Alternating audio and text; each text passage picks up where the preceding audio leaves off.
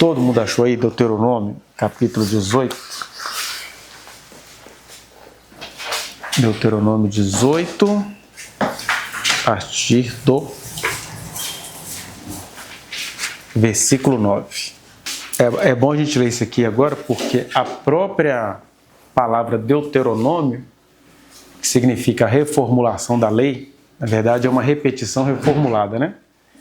Então tudo aquilo que o Moisés tinha falado, da metade de Êxodo para o final, em todo o livro de Levítico e em todo o livro de Números, ele agora já com quase 120 anos, né? E aí tinham se passado 40 anos de deserto, aí ele começa a escrever o Deuteronômio. Ele começa a escrever o que está em Deuteronômio, né? Na verdade, o livro foi editado por muitos sacerdotes, por muitas autoridades religiosas, mas as ideias originais são de Moisés, isso não há dúvida nenhuma, né? E aí ele vai... Por que a lei teve que ser reformulada? Porque agora eles estavam se adaptando para uma terra fixa. Eles não iam mais habitar em tendas, eles iam ter jurisdição, iam ter escola, iam ter uma série de coisas que eram diferentes do deserto, onde as coisas tinham que ser resolvidas na lata e às vezes na espada mesmo, porque o pessoal estava andando e caminhar exige disciplina, né? Então, considerando isso, é que a gente precisa ler um pouquinho diferente do que a gente vai ler aqui em relação ao que a gente leu ontem em Levítico. Em Levítico, essas coisas eram bem passageiras porque o pessoal estava no deserto. Agora, eles estão entrando numa terra fixa, né? Um ambiente fixo. Então, Deuteronômio 18, 9 diz assim: quando entrares na terra que o Senhor teu Deus te der, não aprenderás a fazer conforme as abominações daqueles povos. Quais povos? Aqueles povos que eram os povos cananeus lá, né? Os hititas estavam entre os povos cananeus, hein? Eles chamam de Eteu, mas são os hititas. Os hititas, os sidônios, o pessoal de Tiro, os filisteus, que até hoje sobrou lá, né? A faixa de Gaza é o que restou dos filisteus. São dados por regiões ou por etnias, assim? Etnias. Eles eram povos que foram se misturando ali, né? Na verdade, quando você vai olhando de maneira até histórica, o que acontece? Aquele território de Canaã, que hoje é Israel, ele tinha sido adquirido por Abraão, por Isaac e por Jacó. Eles adquiriram aquelas terras, né? A história do Isaac no Gênesis é só o Isaac cavando poços de betume, que já mostrava assim, betume, que é um material que a gente até hoje meio que usa nas janelas, é uma variação do petróleo, né? Eles já exploravam petróleo. Então eles compraram aquelas terras ali. Acontece que depois que o Jacó morreu, porque o Jacó antes de morrer, ele foi para o Egito, ficar com o José lá, e ele morreu, e o José falou assim: olha, quando eu também morrer, eu quero que vocês guardem os meus ossos para vocês enterrarem lá na terra que era dos nossos pais, né? E aí eles carregaram os ossos de José durante 40 anos no deserto, depois enterraram lá. Então aquelas terras tinham dono. Só que como eles foram para o Egito, aqueles povos cananeus que habitavam ao redor foram tomando aquelas terras ali. Então, tinha um tipo de reintegração de posse ali. Não era uma questão assim do povo chegar e tirar os outros ali. Não, aquilo ali tinha dono, né? Aquela disputa de terra, porque aquilo foi comprado. E aí agora eles estavam... Mas Deus deixou que essas coisas acontecessem porque tinha toda uma mensagem espiritual aí. Que Deus tinha resetado a terra, né, a partir do dilúvio. E aí a partir do quarto filho, do terceiro filho de Noé, fica-se entendido que alguém levou toda a cultura antediluviana para a cultura pós-diluviana. E esses povos foram precisamente os povos cananeus, que eram povos muito inteligentes, povos muito simpáticos, mas ao mesmo tempo era um povo muito aguerrido, porque eles tinham um problema espiritual, eles já nasciam espiritualmente marcados por alguma coisa ruim, pelo menos no sentido da potestade, né, de quem é que mandava neles. Claro que ali tinha muita gente inocente, até pensando nas mulheres e nas crianças que eram educadas assim, né, e não tinha como ver as coisas diferentes. E aí Deus junta essas coisas todas espirituais, como geográficas e até econômicas, da posse de terra, e dá essa terra para Israel nessas condições. Então não é que eles tomaram a terra dos outros, é que a terra, na verdade, era deles, né? Já estava lá, marcado. Comprado por Abraão, Isaac e Jacó. E quando a gente fala Abraão, Isaac e Jacó, eram clãs gigantescos, né? Eram clãs enormes.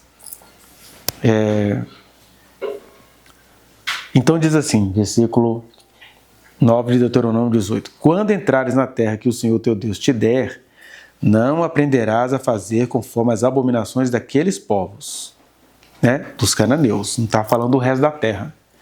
Não se achará entre ti quem faça passar pelo fogo o seu filho ou a sua filha. Olha as práticas deles. Quando fala prática, eles achavam isso comum. Ah, meu menino vai ser homem mesmo, ele vai ter que passar pelo fogo.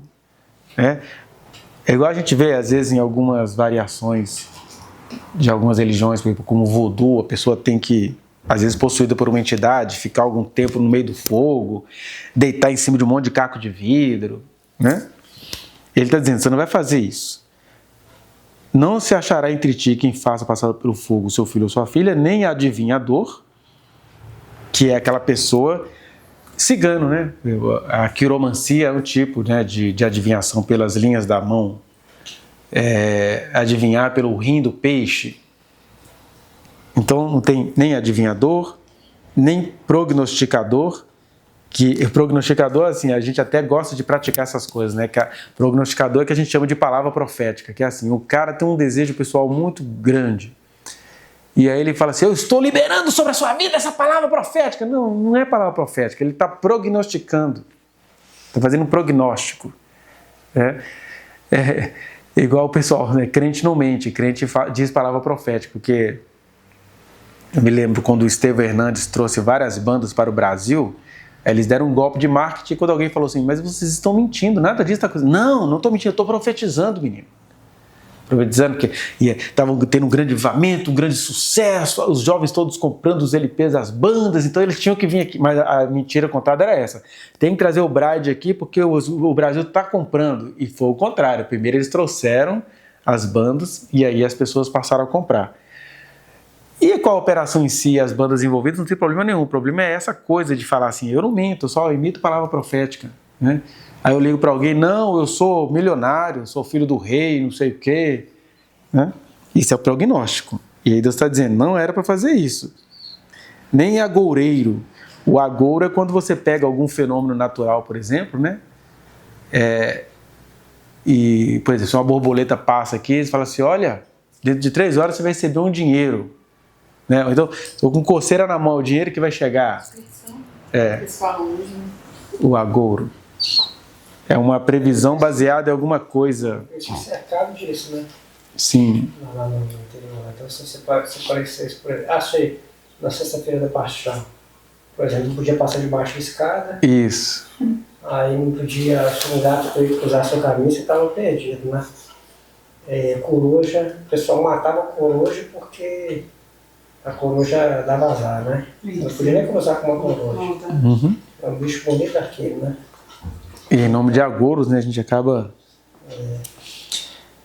Pardal, garrincha, Não é tão comum. a garrincha também, na garrincha é que dava azar. É o que ele passa aqui. Aí ele fala que nem agoureiro, nem feiticeiro, que o feiticeiro envolve misturas de produtos químicos, né? Então vai desde as nossas droguinhas comuns até o narcotráfico, o feiticeiro. Isso aí está tão longe, tão perto, porque isso acontece demais hoje, né? A humanidade é isso aqui, né? Aí nem encantador, que o encanta que nós conhece é o que a gente chama de hipnose, né? Aquela pessoa que muda a sua configuração mental, aí você faz tudo o que a pessoa quer. Aí tem aqueles encantadores de serpentes, né? Ele vai tocar na flauta e a serpente... Eles treinam os animais para aquilo. O hipnotismo é um encantamento, né? Nem encantador, nem necromante, que é uma pessoa que consulta os mortos. Se você for olhar... a prática da Igreja Católica é uma grande necromancia, né? As pessoas não falam com Deus, mas ela fala com São Judas Tadeu, com Nossa Senhora Aparecida, com São Cristóvão, Santo Antônio, tudo isso aí é necromancia. Agora tem até um novo lá, né? Que o menino que tinha morrido lá, aí foi. Um negócio assim. Tem Agora no Ceará, né, as pessoas, o pai disse isso, né? Ah, meu paidinho disse isso. Então é essa prática de você viver em função de alguém que já se foi, alguém fala comigo, né? Aí, tipo assim, até assim, com uma adoração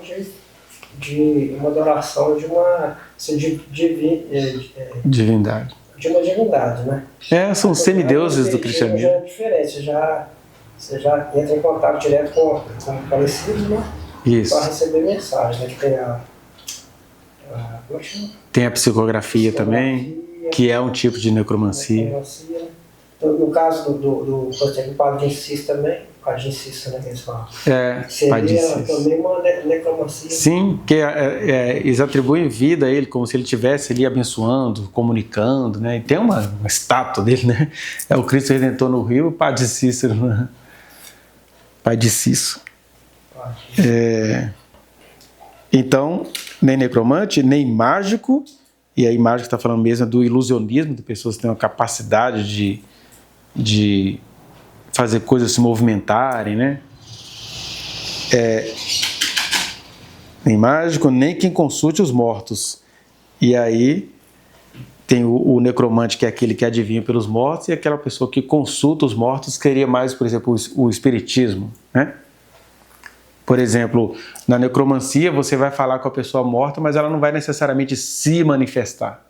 No espiritismo não, você está falando com a pessoa e que aí envolve a psicografia, né? Aí a pessoa incorpora, né? Isso acontece nas religiões tanto espiritualistas quanto espíritas. E a pergunta é, mas deve ter alguma verdade nisso? É o que a gente vai ver, né?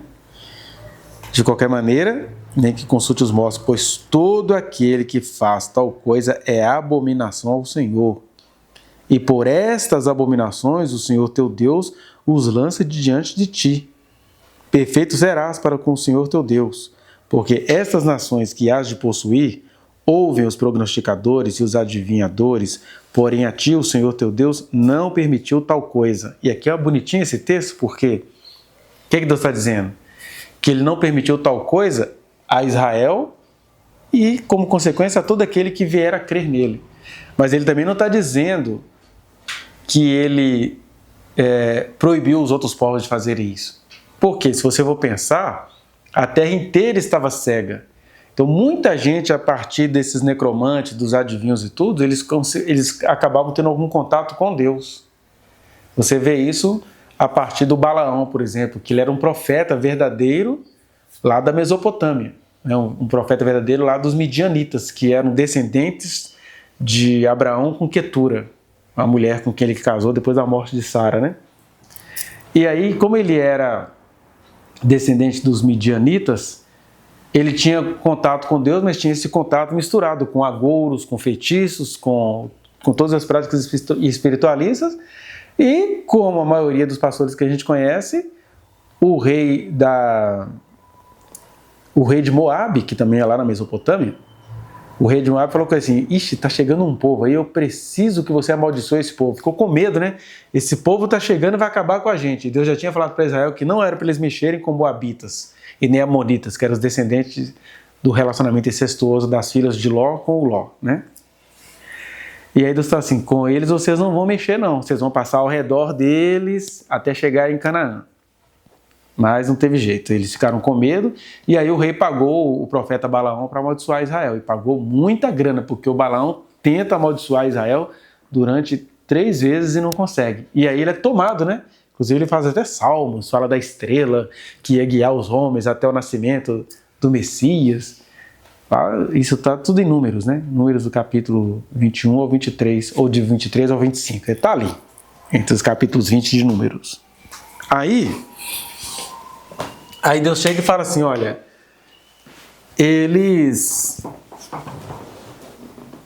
eu estou proibindo vocês, mas a adoração ignorante deles eu aceito. Ela não está reprovada. De maneira que a gente pode entender perfeitamente que Deus, neste momento, ele está falando com indianos, Ele está falando com aquele tanto de povos nativos que só o conhece através dos rituais dos seus feiticeiros, né? São os pajés, os xamãs. Ele está falando com as múltiplas versões do Zen sufismo, com as múltiplas versões do Zen budismo, né? Sufismo, na verdade, é tipo uma mística dos povos islâmicos, né? Das religiões islâmicas. Então ele está falando, só que está dizendo, olha, quem me conhece precisa aprender a ir abandonando essas coisas. E não é só essas coisas, não. A gente que conhece Jesus deveria ir abandonando a adoração ao dinheiro, a preocupação com a vida, com as coisas que todo mundo se preocupa, né? É muito comum do ser humano achar chique que uma mãe pare de viver em função do futuro dos seus filhos. Aí Jesus está assim, não, você não foi convertida para viver assim. Por que você está vivendo assim? Aí ele vai dizendo isso. Então, Deus não nos permitiu tais coisas, mas não quer dizer com isso que ele tem raiva dos povos. Quando ele fala assim, é por causa disso que esses povos serão lançados diante de vocês. É porque eram povos cegos. Eles nunca iriam conseguir entender aquilo que Deus estava revelando para Israel, porque nem Israel conseguia entender. No caso de Israel, é que eles não conseguiram entender. Eles não quiseram entender e não conseguiram gostar. É uma coisa bem característica da maioria dos crentes que eu conheço. Não conseguem gostar das verdades de Jesus, da vida que Jesus oferece, dos cuidados que Jesus oferece. A gente está sempre dando um jeitinho de não viver isso, a gente não gosta disso. É um milagre que todo dia Deus opera na gente, mas é um milagre muito trabalhoso.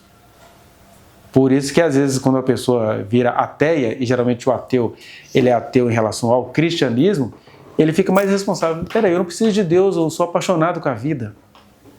Porque ele cresceu no meio de um monte de gente que falava que tinha revelação divina e nunca ligou para isso aqui. Nunca ligou. Até mesmo as igrejas que se reúnem hoje, o motivo não é Jesus, o motivo é que é uma igreja bonita, confortável, tecnologizada, tem um ar-condicionado. E quando eu falo isso, não quer dizer que eu não esteja aberto a fazer esse tipo de coisa. Eu estou dizendo que a gente deveria não inverter isso, né?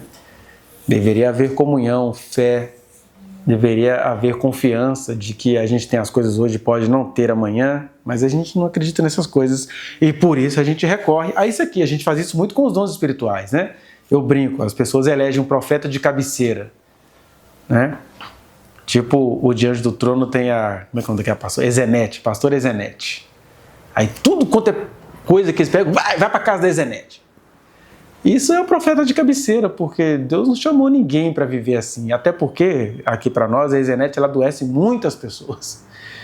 Porque ela tem um papo assim, você vai para minha casa, eu vou te ensinar a perdoar. Aí ela ensina a pessoa a perdoar e deixa todas as outras áreas da vida da pessoa totalmente deformadas. Mas a pessoa sai de lá com o discurso. Eu perdoei, eu aprendi a perdoar. Os dois episódios mais tristes que eu conheço, que são públicos, né? Por isso que eu vou falar deles aqui, é o da cantora Daniela Araújo, que foi covardemente exposta por um ex-marido dela, que ela estava lá fazendo sucesso, mas ela estava toda enfiada nos vícios, né? Droga, cocaína, tudo. E aí, vamos para casa da pastora Ezenete. Aí a Daniela Araújo saiu, já é uma mulher restaurada, de família, bonitinha, mas totalmente cega para um monte de coisa. O que é isso?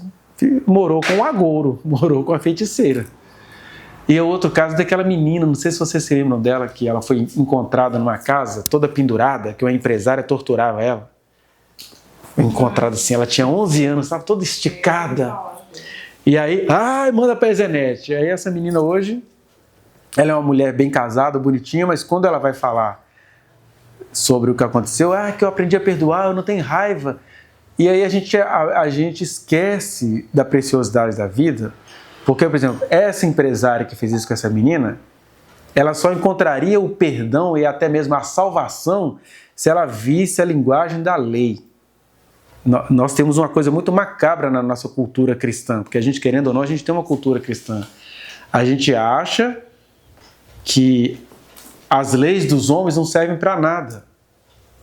E elas servem, principalmente quando Deus te deu... É isso que a gente fala assim, por que o mal prevalece no mundo? Por que as crianças morrem? Por que Deus não guarda as pessoas disso? Porque nós, quando podemos agir assim e podemos agir com fé em Deus, a gente age com covardia. Assim, não, o importante é que o Senhor restaurou minha sorte, deixa ela lá. Não é deixa ela lá não, porque ela só vai mudar de clientela. Aliás, descobriu-se que essa menina que foi restaurada pela Isenete, ela já era a 7ª criança que a empresária torturava. E a empresária, na cara dura, se coloca como vítima. Então, a questão não é... A gente sempre acha que agir com justiça é agir com vingança. Não, agir com justiça é entender assim, alguns indivíduos só vão aprender a linguagem de salvação se eles encontrarem com a força da lei. Eles têm que entender que a vida tem leis. Então eu poderia matar ela?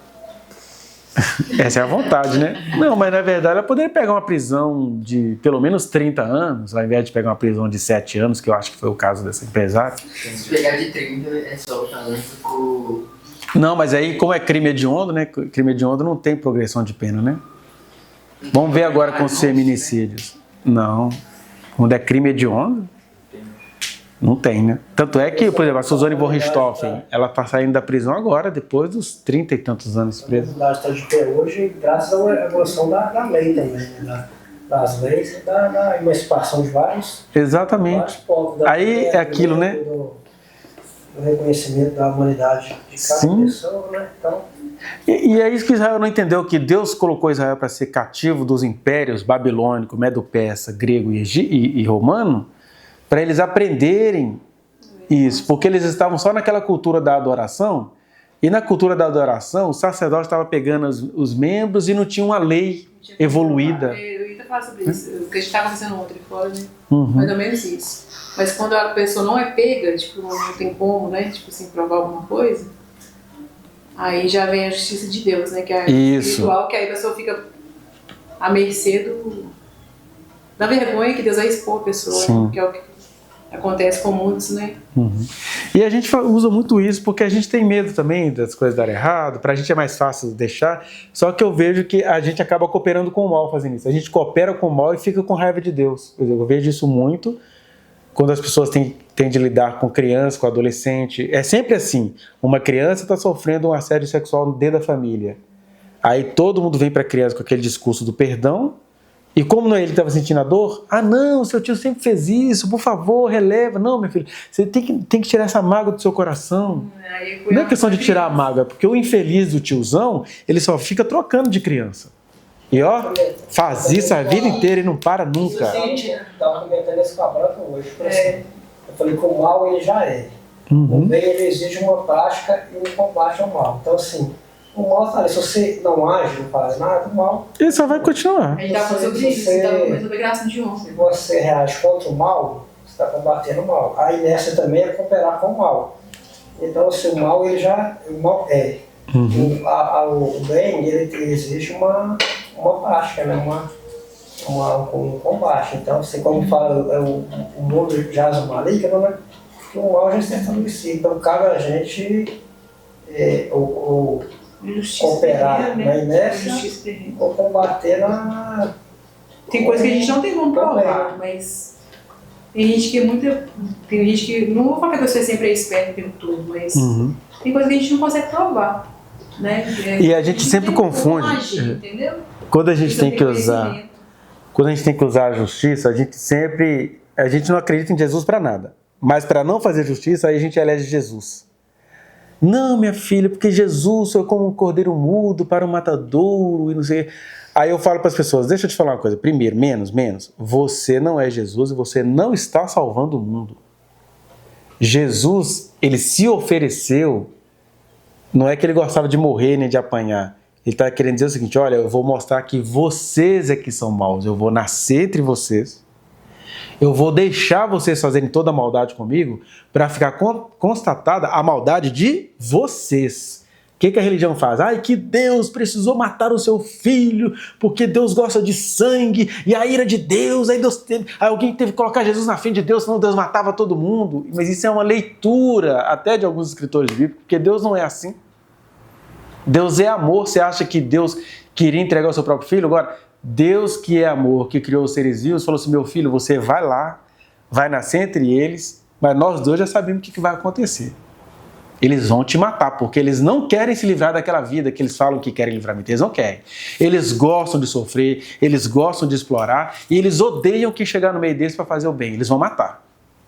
É nesse sentido que Jesus se ofereceu. Não é porque Deus não tem amor pelo que Ele fez. Não, Jesus se ofereceu para mostrar para Deus assim, vamos apostar em quem a gente criou até o fim. E aí Ele pôde fazer isso porque Ele teve o poder de ressuscitar ao terceiro dia. Aí veio uma mulher vítima de violência há muitos anos, assim, não, porque como Jesus não falou nada, então a gente também tem que ficar em silêncio. E Jesus que não falou nada, Ele ensinou até antes dele calar a boca. Falou, guardem dos falsos profetas, examinem as coisas, julguem, é pelo fruto que se conhece a árvore. E ele, pouco antes de ser preso, ele faz um discurso bem azedo, que nenhum crente iria gostar de ouvir. Porque ele chega em praça pública e fala assim, ai de vocês, autoridades, cegos, guias cegos, hipócritas, serpentes, raça de víboras, filhos do diabo. Vocês conseguem tornar uma pessoa 2 vezes mais filhos do inferno do que vocês já são. Ou seja, na hora que chegou a hora dele ser preso, até porque ele foi preso por causa disso tudo, porque ele foi preso porque ele derrubou os animais, as gaiolas, soltou os animais, fez aquela bagunça no templo. Né? Ele foi preso porque ele falou que eles podiam destruir o santuário, que em 3 dias ele reconstruiria. Ele fez uma jogada filosófico-teológica ali. Né? Ele foi ousado. Eu não conheço esse Jesus Tiradentes que a gente criou, um Jesus. Aliás, na hora da morte dele, ele fez a pergunta de qualquer ser humano indignado. Deus meu, por que me desamparaste? Quer dizer, até Deus, quando se fez ser humano, ele ficou indignado com o sentimento de desamparo. Né? O desespero que toma conta de qualquer pessoa. Ele não estava fazendo teatro, não, ele estava se sentindo desamparado. Você vê que, mesma coisa sendo um acordo, vai lá, que nós vamos mostrar. Sentir na pele é diferente. Por mais que você seja uma pessoa moral, você tomar um tapa na cara, ou você fica indignado, ou você quer dar outros 3. Né? Então, aí a gente faz o quê? A gente elege Deus nessas horas, porque a gente é covarde. Aí, não, deixa assim, eu não gosto de confusão, não. E não é questão de gostar de confusão, é questão de quem ama a vida vai ter que encarar a confusão. Quem ama a vida e não encara a confusão é covarde. Né? E aqui eu estou falando do cotidiano, porque todos nós aqui padecemos de uma outra covardia. Qual que é a outra covardia? Que Deus nos deu dons, entendimento, graça, livramento, tudo quanto é coisa. E a gente não vai lá fora enfrentar o reino do maligno. E aí, como a gente não vai lá fora enfrentar o reino do maligno, para o qual ele nos deu armaduras e armamentos espirituais, a gente também fica, não vou manter o emprego, meu filho. Não, já falei, você tem que aprender o que você está falando. Desse jeito você vai ser mandado embora. E as pessoas perdem a paixão pela vida em nome dos seus ídolos. Quais são os seus ídolos? Mamon, enfermidade, emprego, capital. E aí a gente recorre às adivinhações, né? Então, a gente tem que aprender, você estava falando antes sobre essa questão, o que é o espiritual. Na verdade, na vida do crente, tudo é espiritual, inclusive fazer uma oração, Senhor, eu estou indo para o fórum agora, por favor, providencie um anjo em forma de defensor público pela minha causa. Só em casos muito específicos, que é quando Deus se manifesta, que a pessoa não precisa fazer nada. Na hora que Deus chega e fala assim, não vai fazer nada, se não vai mover uma palhinha disso aqui, que sou eu quem vou fazer. Aí tudo bem. Fora isso, Deus até espera que a gente seja mais aguerrido, porque a gente precisa, antes de ser cheio do Espírito Santo, a gente precisa ser um ser humano que valoriza as coisas. Né? Quando Moisés assassinou um egípcio, do ponto de vista técnico, ele fez uma coisa má. Ele assassinou o egípcio. Mas do ponto de vista espiritual, Deus entendeu a mensagem. Aí é o homem que eu vou usar para tirar o meu povo de lá. Ele é apaixonado pelo meu povo. Não é porque ele foi criado pelo faraó que ele banalizou o meu povo, não. Ele ficou com raiva do egípcio escravizando o povo dele. Então, a gente fica focado em que Moisés matou e ele mesmo teve que fugir 40 anos. Mas Deus entendeu a mensagem. Né? Até porque o egípcio que estava matando os israelitas, né, não estava com dó de matar nenhum israelita ali de tanto apanhar, não. Então tem hora que você precisa ter essa linguagem do cotidiano. E aqui eu não estou pregando que eu sou a favor de guerra, nem de armamento, nem nada. Estou dizendo que a vida tem hora que ela se oferece. E tem hora que você tem que pegar uma pessoa pelo colarinho mesmo e fazer alguma coisa ali. Né? Mesmo que você responda por isso. Que é aquela coisa assim, você perdeu a razão na hora que você fez isso. Tá, mas aí a justiça vai me julgar por este ato. Mas o Deus está de olho no seu ato mais amplo. Ele deixa de acreditar um pouco no ser humano, porque às vezes a gente acredita, tipo assim, você perdoa, mas tipo, acreditando que ela vai mudar sempre. Mas chega uma hora, tipo assim, que você deixa de acreditar naquela pessoa, naquela situação que está se repetindo, né? Uhum. Até quando Jesus fala que é pra gente perdoar 70 vezes 7, você perdoar alguém não quer dizer que você vai poupar alguém da justiça, não. Pelo contrário, para algumas pessoas, o perdão ele vai passar pela justiça. Aliás, para a maioria dos homens, o perdão em relação às mulheres vai passar pela prisão. Vai passar pela prisão. Os caras se declaram aí, falando que não tem dó, matou mesmo. Tava lá com o outro, então matei mesmo. Eu tô aqui, eu comprei isso aí, mas é isso aí. Esse cara não pode morrer, não? Podia, né? Mas o que acontece? Você fica indignado assim, mas as mulheres que o conhecem, a gente viu isso no caso Bruno. O Bruno faz uma atrocidade contra a mãe do Bruninho, a Elisa Samúdio. Que independentemente da vida que ela levava, ela era uma mulher e teve um filho com esse cara. Pois um monte de mulheres saíram dos quintos, dos infernos, para defender esse cara em público. E depois perguntam, por que minha criança foi molestada? Porque Deus não guardou. Porque as mulheres que Deus colocou lá para guardar, e para guardar umas às outras, elas vieram a público se manifestar em favor de um bandido daquele. Bandido porque ele tinha tinha um macarrão, tinha maionese, tinha todo mundo lá, né? E todo mundo ali se defendendo. E ele é ousado, saiu da cadeia como, agora eu sou o redentor, quero ser contratado por um time. Está querendo tomar o Bruninho da avó que criou ele. Então, para a gente assim, podia resolver logo matando.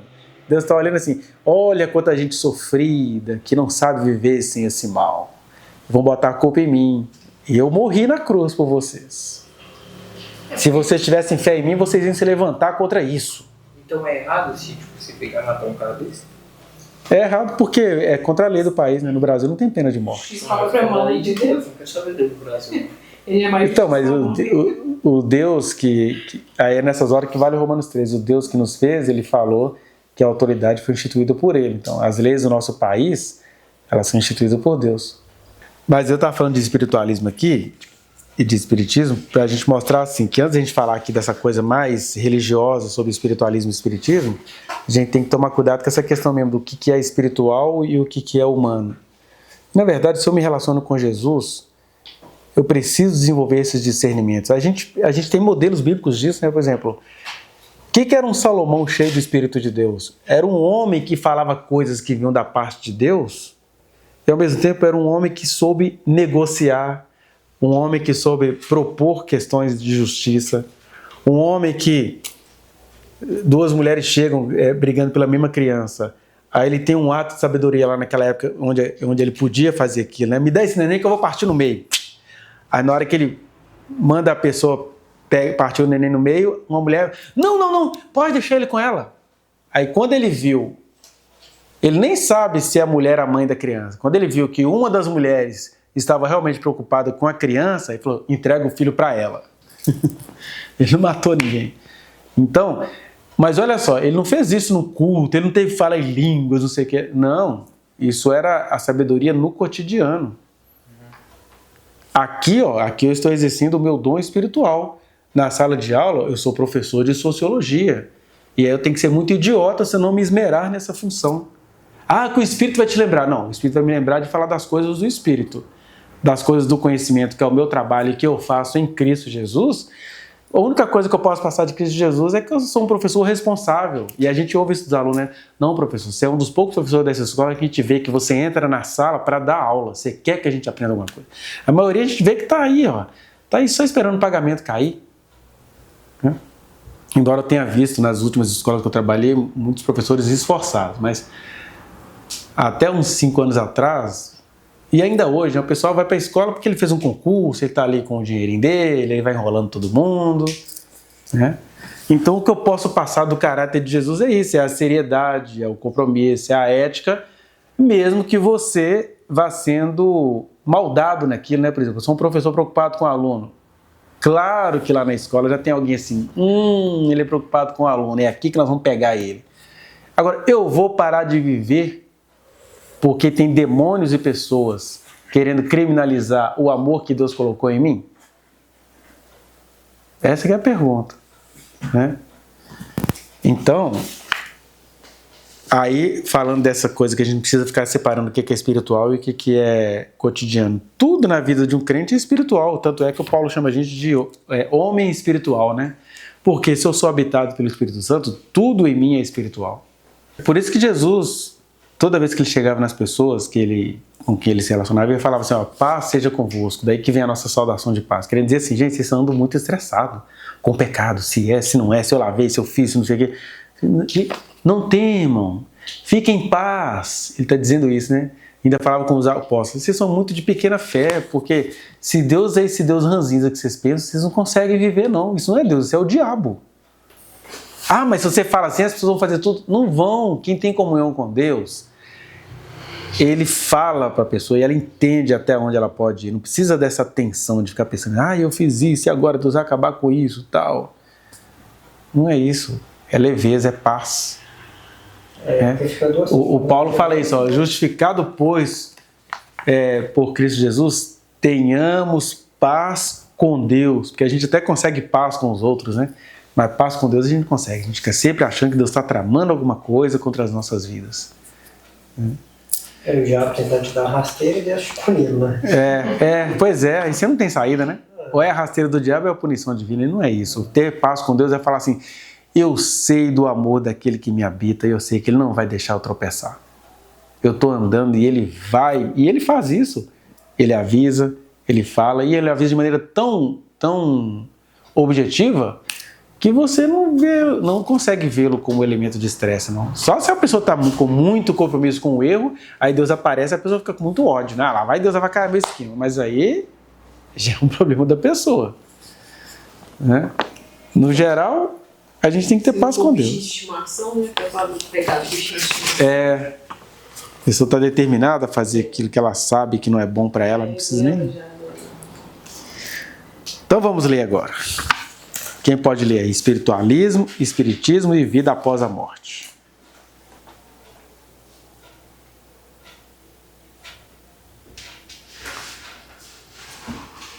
Dois grandes eixos.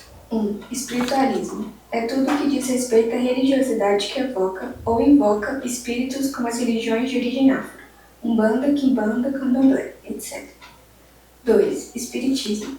Difere totalmente das religiões anteriores, pois, segundo Kardec, possui caráter científico. Tende à pesquisa científica dos fenômenos espirituais. Esse é só um termo técnico, né? Quando a gente fala de espiritualismo, está falando de todos os tipos de religiões que consultam espíritos.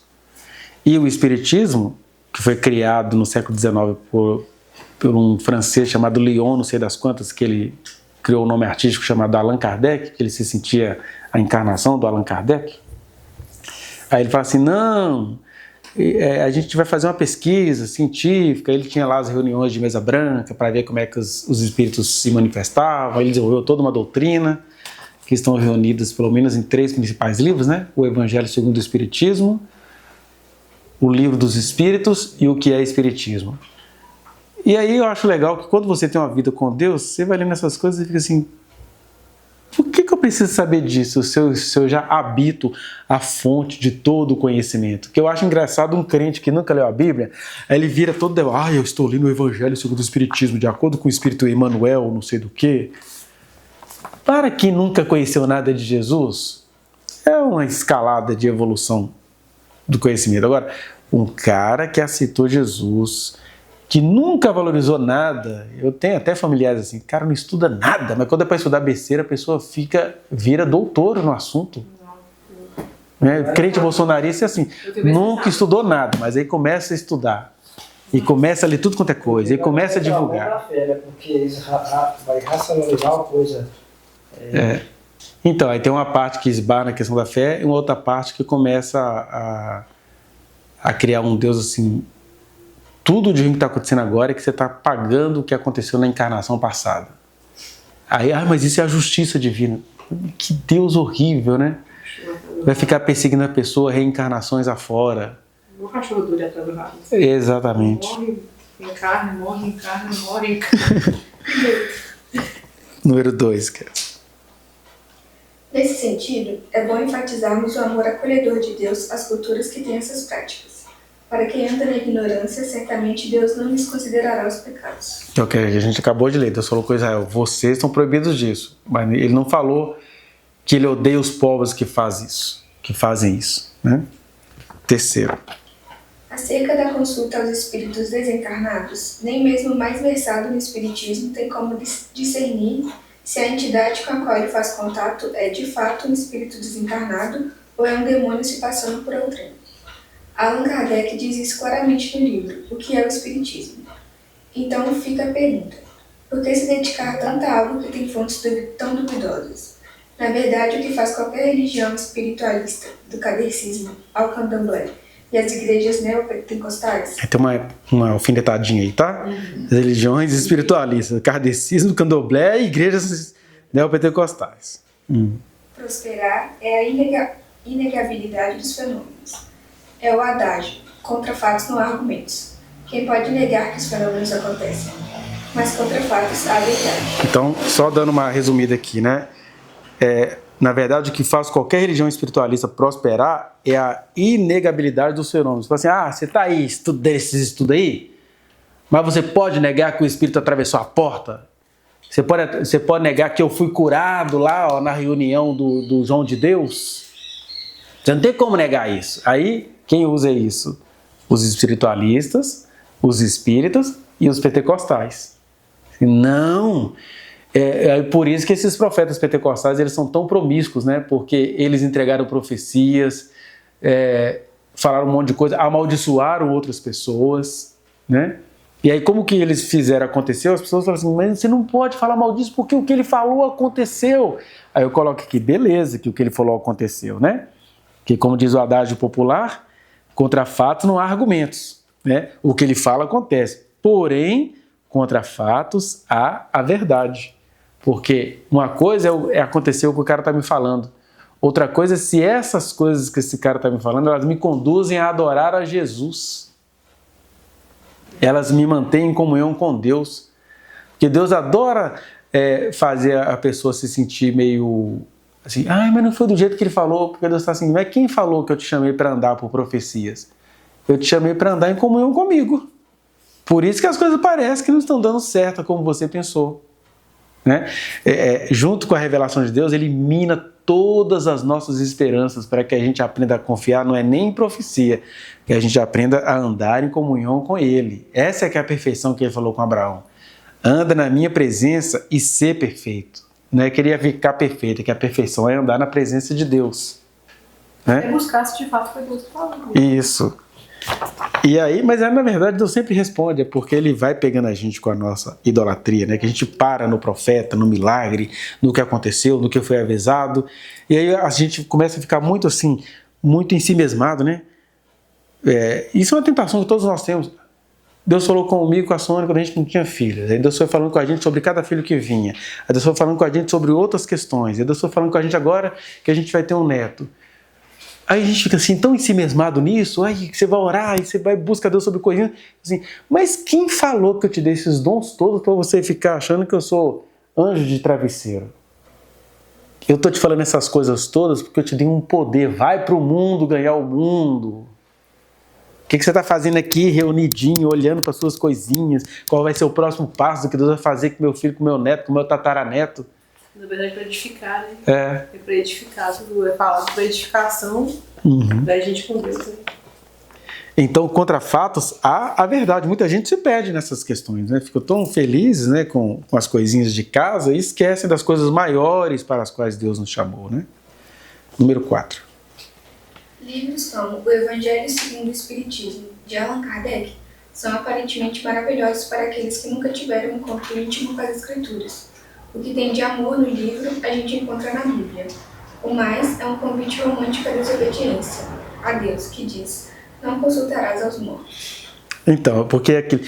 mas como é que você pode falar que o conselho do Espírito Emmanuel é um mau conselho? Que é aquela coisa assim, eu sou Deus, e aí ele que me detesta, ele vai te dar toda a assistência do mundo. E aí você vai acreditar nele, nunca vai acreditar em mim. Tirando toda a boa intenção, por exemplo, eu não vou achar que o Allan Kardec, né, o Lyon lá, o francês, seja um cara mau. Mas ele também foi enganado pela serpente, né? Com o discurso do amor, da prática do bem, da evolução da alma. E no final das contas ele fala, não existe Jesus, Jesus é apenas o espírito mais elevado. Eles entendem que Jesus chegou à qualidade de Jesus depois de muitas reencarnações. Então Jesus conseguiu dar o pulo do gato. E Jesus vai falar pra gente, nenhum ser humano faz isso por evolução própria. Se não é Deus nos socorrendo, o seu Espírito nos salvando e nos convencendo, ninguém vai fazer isso por evolução de reencarnações. Né? Então, mesmo ele sendo um homem bom, um homem bem intencionado, o que está acontecendo é isso, é tipo um abuso. A gente vê muito isso em separação de casais, né? A criança, ela ama o pai, e o pai está lá engalobando, está abusando, está molestando, mas como a mãe ficou com a parte da educação, vamos orar aqui, tem que arrumar a casa, não sei o quê, aí a criança odeia a mãe, mas ela gosta do papai. Aí, alguns aspectos da doutrina espírita têm essa cara, que é assim, nossa, mas ele fala tantas coisas boas, como isso pode ser mentira? Aí eu coloquei aqui, é porque as coisas boas que ele fala, você vai encontrá-las nas escrituras, né? Aí o que ele fala de diferente é que você tem que ficar assim, ué, gente. As pessoas morriam de medo, né, de perguntar isso para o João de Deus, que atendeu 46 milhões de pessoas e estuprou e molestou ao vivo 600 mulheres. Não, muitas mulheres, mas se você pensar no período de 40 anos e de tantos milhões de pessoas, 600 ainda é uma quantidade. Acho que ele pensava assim, 600 perto dos milhões que eu atendi, tá bom. Eu fui lá com meu pai. Pois é. Olha, cuidado. Número 5. Para cada suposta nova informação contida no Evangelho segundo o Espiritismo, vem conselho dos supostos espíritos desencarnados que nada diferem do que Jesus falou, mas instiga o ser humano a buscar a invocação de tais espíritos, coisa que Deus condenou. A favor dos vivos se consultaram aos mortos? Está lá em Isaías 8,19, né? Está assim, a favor dos vivos se consultaram. Ele até fala de maneira mais debochada, aqui, ó, Isaías 8 e 19. Deixa eu ver aqui. Ele invocado não com os povos que faziam isso, mas com o povo de Israel, que ao invés de adorar a Deus, estava consultando os necromantes. Ele fala assim, ó, Isaías 8,19. Quando vos disserem, consultai os necromantes e os adivinhos que churreiam e murmuram, né? Isso é churrear e murmurar, né? Que churreiam e murmuram, acaso não consultará o povo ao seu Deus? A favor dos vivos se consultarão os mortos? Que é Deus agora na boca do profeta. Você vê que não parou lá em Deuteronômio. Então ele está dizendo, por que vocês gostam dessas místicas? Por que a pessoa tem que ficar... É claro que todo ser humano com a presença de Deus ele vai ficar um pouquinho esquisito. Mas quando vocês começam a se reunir para ver a esquisitice, aí vocês estão consultando os que churreiam e os que murmuram, né? E aí começa, eu sou o fulano de tal que estou aqui, e a pessoa fala na mesma tonalidade da voz do outro, né? Então ele está dizendo, olha, para os ignorantes que não sabem disso, estão perdoados. Agora, aqueles que têm o conhecimento e fazem isso, o que eles falam de bom em nada difere do que Jesus falou, mas ao mesmo tempo instiga o ser humano a buscar a invocação de tais espíritos. Se eu já tenho isso da boca do próprio Deus, Por que eu estou buscando outras criaturas para falar aquilo que Deus já me falou? Essa que é a pergunta, né? Número 6. Quando o rico pediu a Abraão que enviasse alguém para pregar aos seus entes que ainda viviam, recebeu a seguinte resposta: eles têm Moisés e os profetas, a Bíblia da época. Ouçam-nos. Se não ouvem Moisés e os profetas, tampouco se deixarão persuadir, ainda que ressuscite alguém dentre os mortos. Isso aqui é Jesus contando a história, né? De um mendigo que foi para o céu e do rico que foi para o inferno, já dando um nó na cabeça do judeu, porque para o judeu o rico ia para o céu e o mendigo era perdido, estava afastado de Deus. Aí ele fala, olha, o rico pediu para Abraão mandar alguém. Aí ele recebeu a resposta, olha, eles têm Moisés, ou seja, eles têm intelecto, têm inteligência, têm condições de buscar, que eles ouçam o que está tudo lá escrito para eles. Eu vou mandar um morto falar com eles, se eles não acreditam nas pessoas que estão vivas, eles vão acreditar em alguém que eu ressuscite. Aliás, se alguém ressuscitar aqui, é aí que ninguém vai acreditar mesmo. Ai meu Deus, subiu do cemitério, crê em Deus Pai, o que é isso? É aí que o cara não vai acreditar mesmo. Número 7. Cristo, ao trazer 2 homens que já não estavam entre nós, o fez na condição de transfigurado, isto é, como Deus. Pois só Deus pode falar com os mortos. E ele já nos garantiu. Não tendes lido o que Deus vos declarou? Eu sou o Deus de Abraão, o Deus de Isaac e o Deus de Jacó. Ele não é o Deus de mortos e sim de vivos.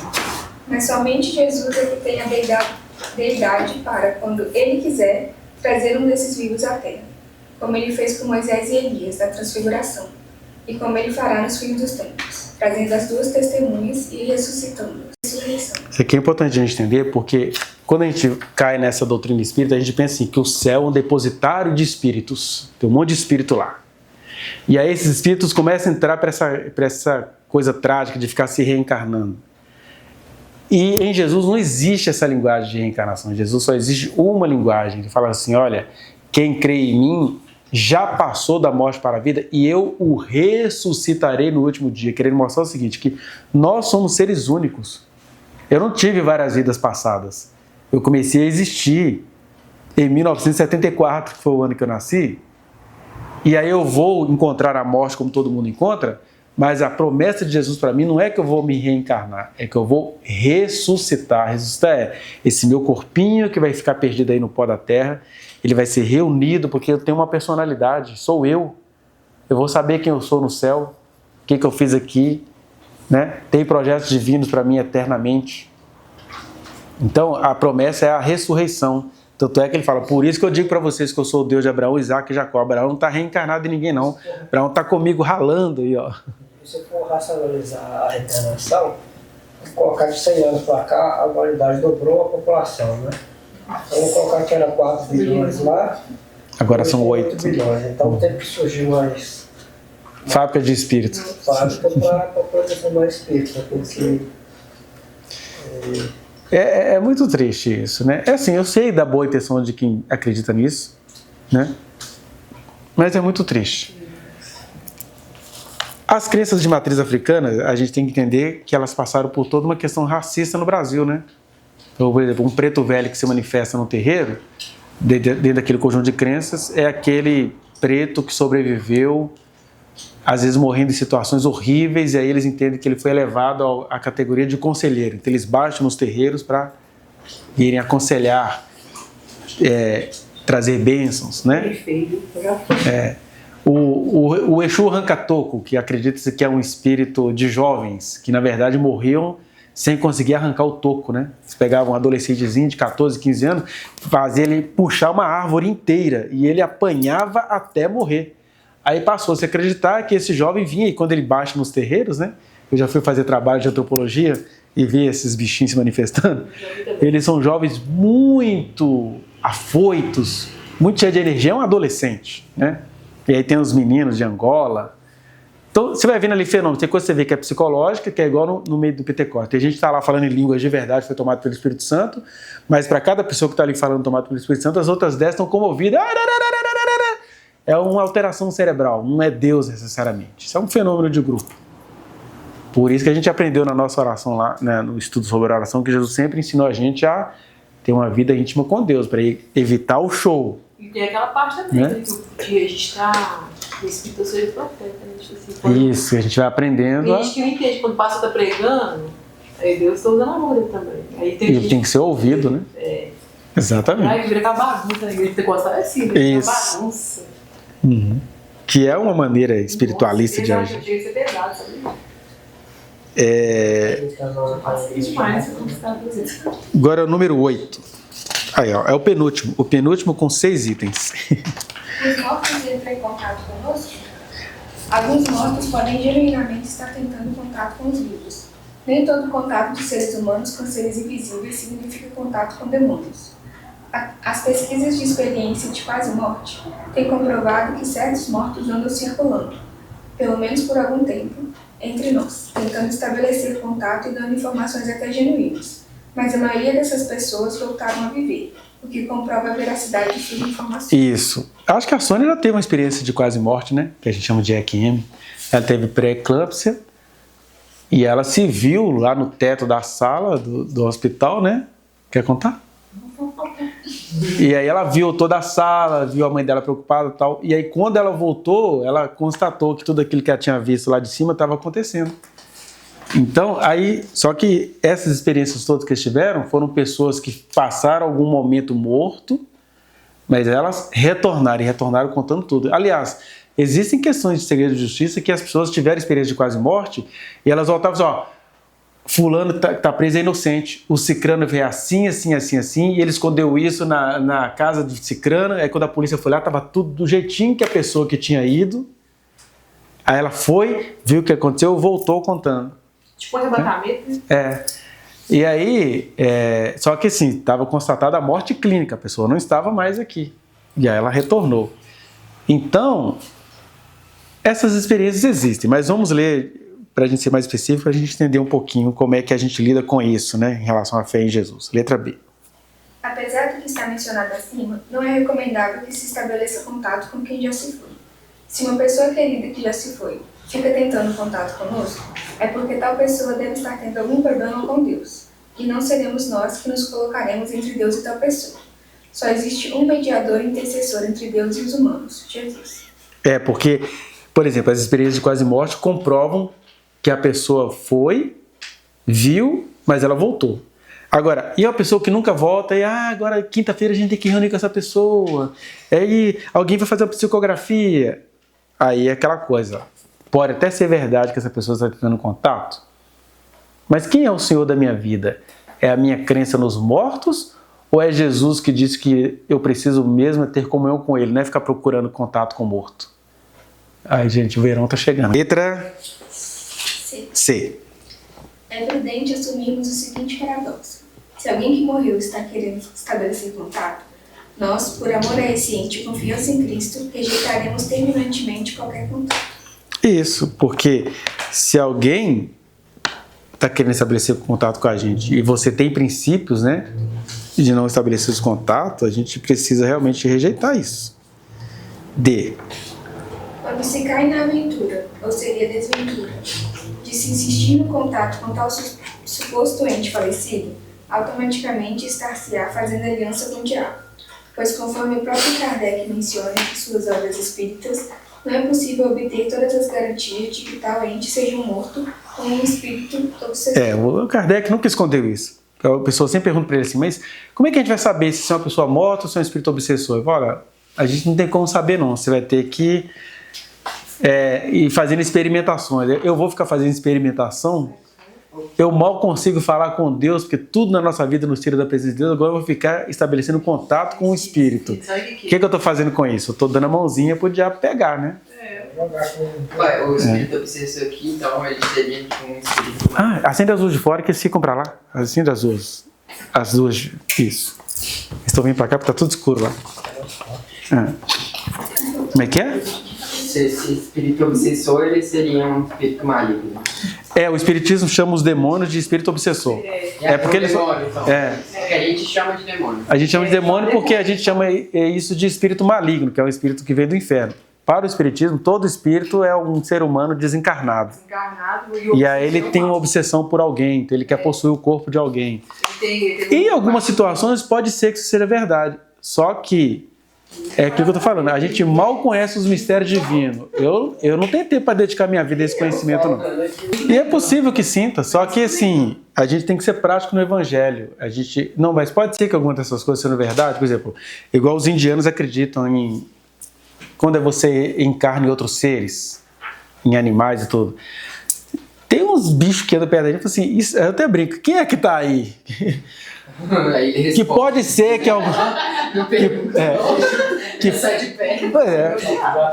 Pra mim é demônio. Então, é porque a gente. O que eu tô dizendo assim, é porque a vida ela é cheia de mistérios. Por exemplo, quando a Bíblia fala que depois da morte segue-se o juízo, Deus é livre, Deus é Deus, que ele pode realmente dizer para alguém assim: olha, você vai voltar para a terra na figura de um animal. Pode ser que em alguns indivíduos Deus faça essa pessoa voltar aqui de outras formas. Estou falando, pode ser.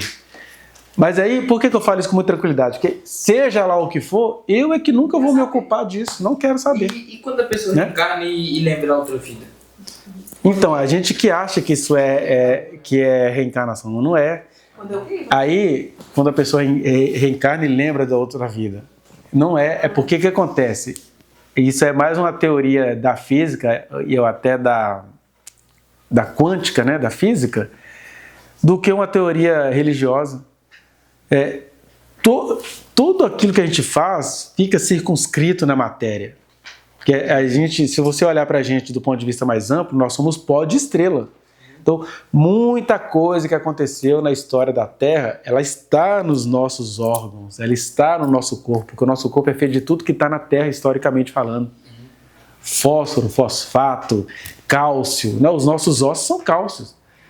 Então, todas as coisas que acontecem, elas são energizadas, e de vez em quando, aí alguns indivíduos fazem alguns sinapses, está sonhando, aí sonha que você é o imperador, que não sei o que é. Engraçado, eu já estive aqui antes. Não é porque você tem elementos de coisas que estavam lá quando aquela figura esteve lá antes. Né? Então, o déjà vu vem dessas explicações, e elas são explicações altamente científicas. Eu acho que muitos sonhos também, que até a gente tem afinidade de sonho, né? Porque a gente sonha a partir de neurônios que tem os componentes da Terra. É uma combinação de fatores mesmo.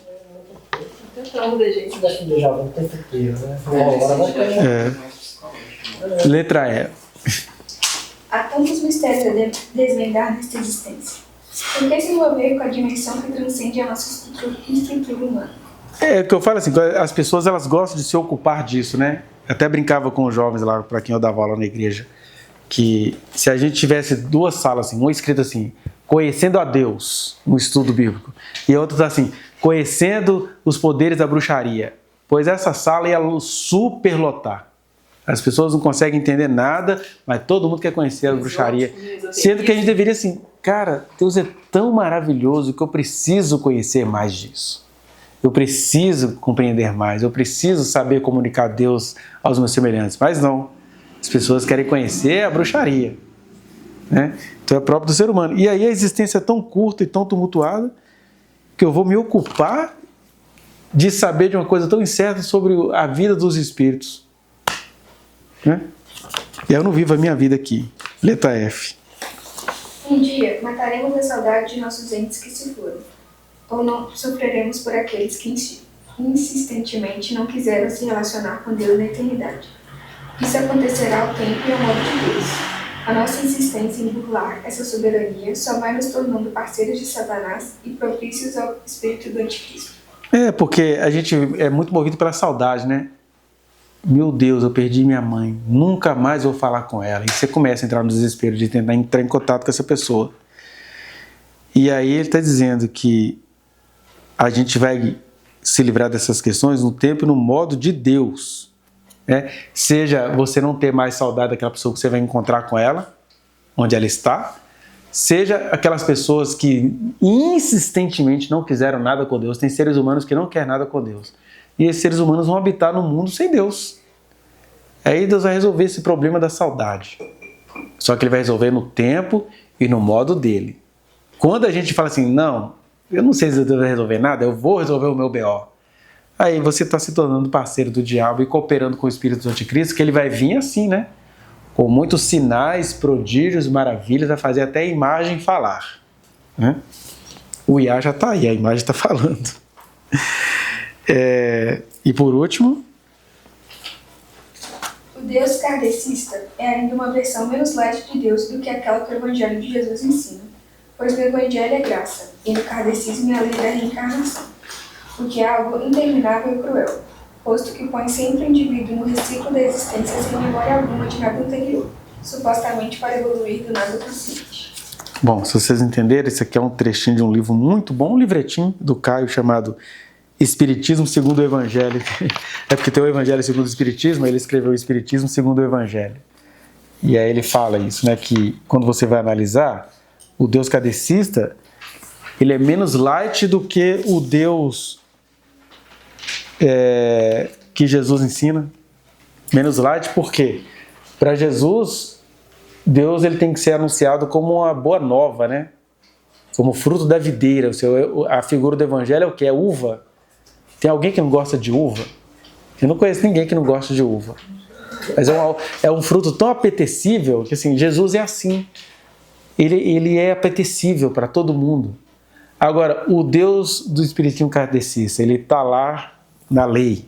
A lei do karma, a lei da reencarnação, né? E aí você vai ter que cumprir esse script, né? Porque, né, foi uma lei que Deus criou.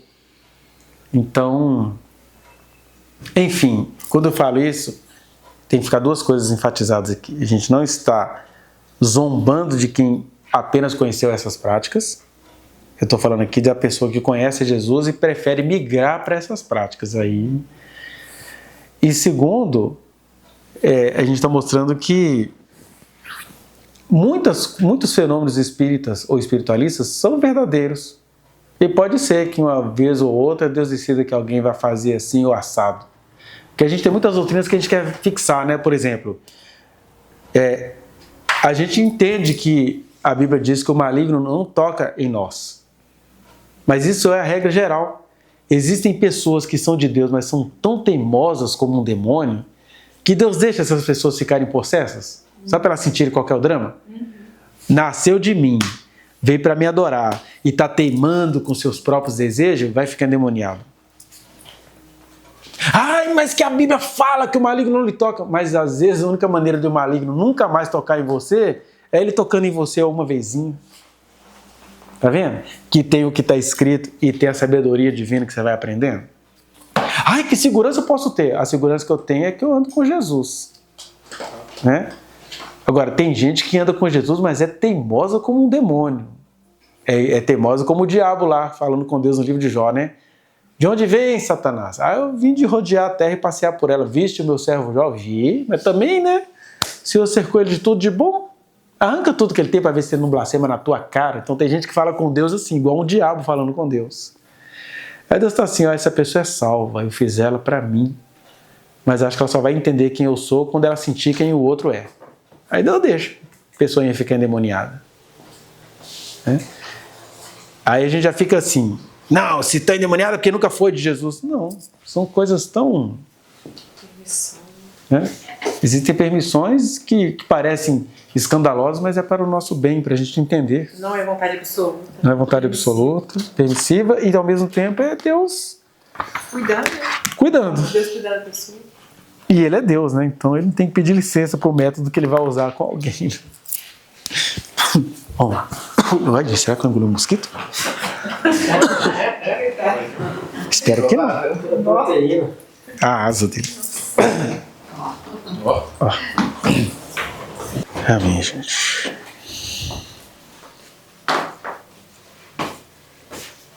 Ó Senhor, nós estamos reunidos aqui na Tua presença para aprender cada dia mais, para tentar nos achegar ao Senhor em todo tempo.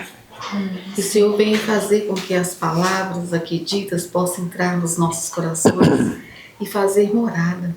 E encontrar, Senhor, lugar. E que possamos, ó Deus, nos achegar mais ao Senhor, para que o Senhor nos venha dar entendimento, paz, venha nos proporcionar, Senhor, a alegria de estar no Senhor. Abençoa as nossas vidas, ó Pai, nós te pedimos. Fica conosco. Nos abençoe, Senhor, nessa semana que vai se iniciar. Que a bondade e a graça do Senhor venha estar sobre cada um de nós. Porque cada dia mais nós necessitamos da Tua graça e da Tua misericórdia. Sim, meu Deus. Cerca-nos com o Teu amor, cerca-nos com o Teu poder, cerca-nos com a Tua misericórdia e guia os nossos passos, porque somos falhos e tendemos, ó Deus, a desviar daquilo que o Senhor nos tem colocado para caminhar.